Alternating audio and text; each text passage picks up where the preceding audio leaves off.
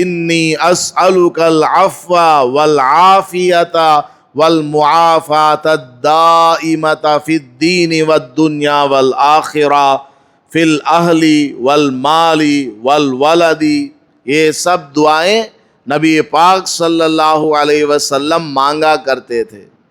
تو ہمیں بھی اس طرح کی دعاؤں کو زبانی یاد کرنا چاہیے اور اس طرح کی دعاؤں کو مانگتے رہنا چاہیے. کم سے کم ہر آدمی کو دن بھر کی دعائیں یاد ہونی چاہیے. صبح اٹھنے کی دعا اور کھانا کھانے کی دعا، بیت الخلاء جانے آنے کی، اور اس طرح کی بلاؤں سے حفاظت، برائیوں سے، بیماریوں سے نجات، یہ ساری دعائیں مانگنی چاہیے. حضرت ابو بکر صدیق رضی اللہ تعالیٰ عنہ ممبر پر کھڑے ہو کر کے خطبہ دے رہے تھے. خطبہ دیتے دیتے یہی دعا مانگی، اللہم انی اسألک العفو والعافیہ. پھر روتے روتے بیان کرنے لگے خطبے میں ہی، اور کہنے لگے اسی ممبر پر کھڑے ہو کر کے میرے آقا صلی اللہ علیہ وسلم نے یہ دعا بتلائی اور سکھائی ہے کہ آدمی کو ایمان کے بعد سب سے بہتر چیز اگر کوئی عطا کی گئی ہے تو وہ عافیت ہے.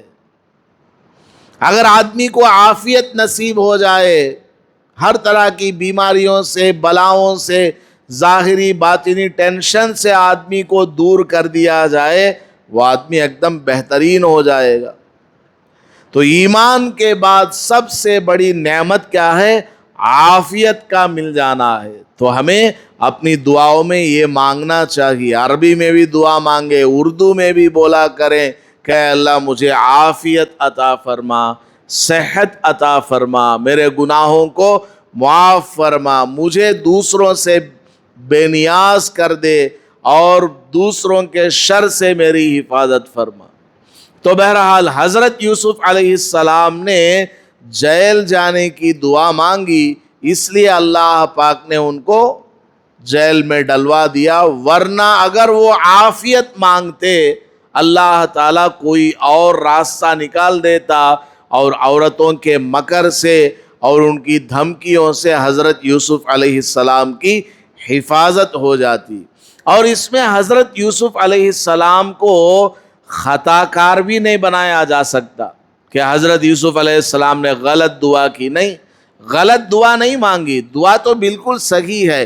البتہ زیادہ صحیح یہ ہوتا، ایک تو ہے کہ یہ اچھا ہے، زیادہ اچھا یہ ہوتا کہ حضرت یوسف علیہ السلام جیل کے بجائے عافیت کو طلب کرتے تو اچھا ہوتا. بہرحال جیل میں حضرت یوسف علیہ السلام کو ڈال دیا. اب جیل میں جانے کے بعد کیا واقعات پیش آئے وہ انشاءاللہ اگلی آیات میں آ رہا ہے. اللہ پاک ہمیں صحیح سمجھ کر عمل کرنے کی توفیق عطا فرمائے. آمین. وآخر دعوانا الحمد للہ رب العالمین.